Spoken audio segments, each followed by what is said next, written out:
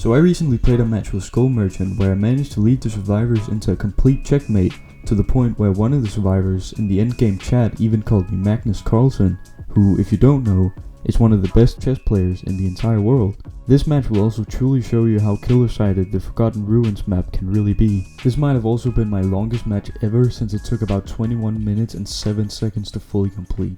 So the match starts off pretty normally, with me placing drones near generators until I eventually find one of the survivors.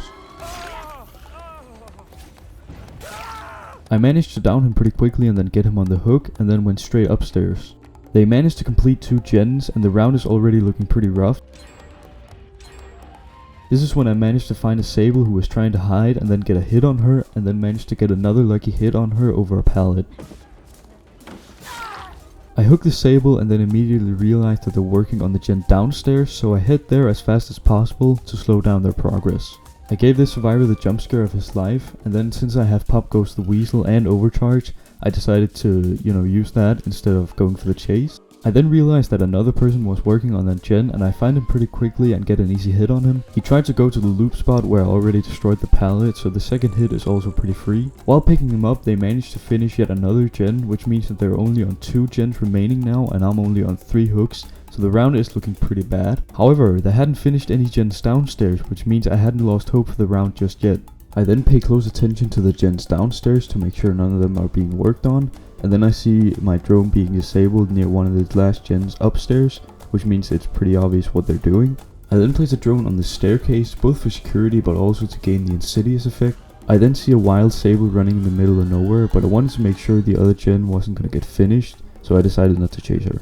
I then recall my disabled drone and then deploy it again in the exact same spot, and this little strategy works really well with one of Skull Merchant's add-ons called Geographical Readout. This is when I start to make a lot of stupid decisions. However, one of the crows alerted me about a player downstairs, so I immediately drop chase. I then start to hunt the Sable who got claw trapped, and I continue to make even more stupid decisions. I do manage to get her not long after initiating the chase, however she was extremely close to getting flashlight saves. However, he was just a bit too early. While carrying her to the hook, they managed to get yet another generator, which means they are now on 1 generator remaining, and I am only on 4 hooks. The generator they fixed was the last generator upstairs, which means there was still hope for the round. I then start to chase the survivor, who I'm pretty sure was the one who tried to flashlight save the Sable, and not long after initiating the chase I managed to get him down. I then find his twin brother, who I also managed to get down not long after initiating the chase. After all the chasing, I then decide to go downstairs to secure all the gens. Here I find one of the survivors, but instead of chasing him I decide to use my Pop Goes the Weasel on the generator he's been working on. After that I start chasing him, and not long after I manage to get him down. I hook him, and that's him fully dead. And then I see one of my drones downstairs being disabled, so I immediately head down there. I recall my disabled drone and then deploy it again, and then use Pop Goes the Weasel on the generator. My drone then detects a survivor upstairs, and I honestly don't remember why I went for him. I think my past self thought that he was claw trapped, but he wasn't, it was just my drone scanning him. But I went for the chase, and I did manage to get a hit on him.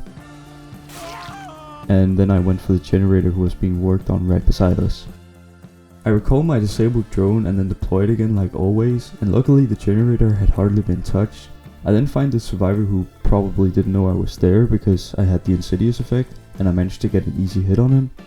While chasing him I hear a survivor on my left, and I then decide to check it out, and he dropped down and tried to use Dead Hard. However, he was a bit too early, so I managed to get him down easily. The Sable then unhooks him, and I decide to chase her down. However, she manages to get away. I then find the survivor who just got hooked, and I managed to get him downed and then get him on the hook the 3rd time, which means that he was now fully dead as well. I then go upstairs where I hear both the Sable and the Jake, and I decide to chase down the Sable as she seems to be in a worse position. I then managed to get a hit on her, however she used Dead Hard, which apparently confused me completely.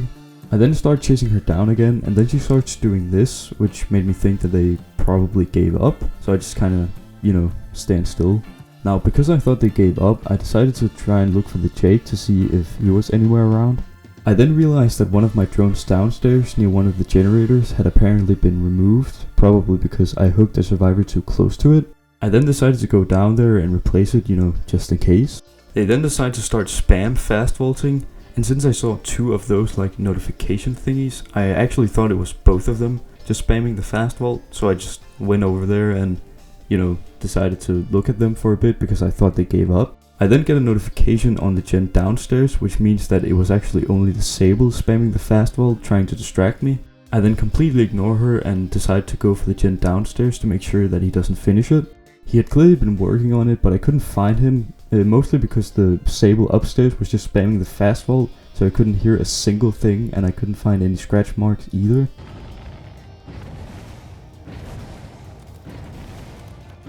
My ears were completely starting to bleed because of the Sable just spamming the fast vault, so I decided to go upstairs and just make her stop just to spare my ears. I then start to chase the Sable a little bit, which is obviously what she wants me to do, and then I make a complete embarrassment of myself by missing this hit. Not only do I miss it once, but I actually miss it twice, which is even more of an embarrassment. She then hits me with the shack pellet, and I then really start to get annoyed at the Sable, so I just decide to ignore her and go downstairs to check on the gens. The Sable then continues to make this a living nightmare for my ears by spamming the fast vault. The generator downstairs had clearly been worked on and I knew he was somewhere nearby, however I couldn't hear him because of the Sable and I couldn't find him because there wasn't any scratch marks. I then decide to wait in the room for a little bit and he decides to run into the room, leaving scratch marks, which was a huge mistake by him.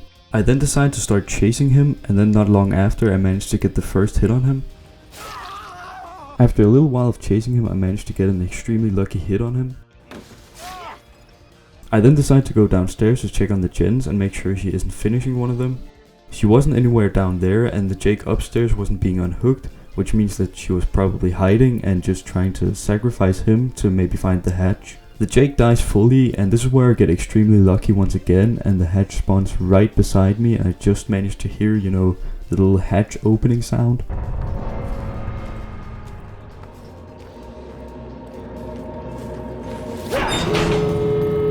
Now usually I am one of those killers who will sometimes let the last survivor live, but since this round had been going on for so long, I decided that this couldn't just end on a 3k and I had to leave it to 4k. Now what I'm about to show you is probably the biggest reason why I think this map is extremely killer-sided.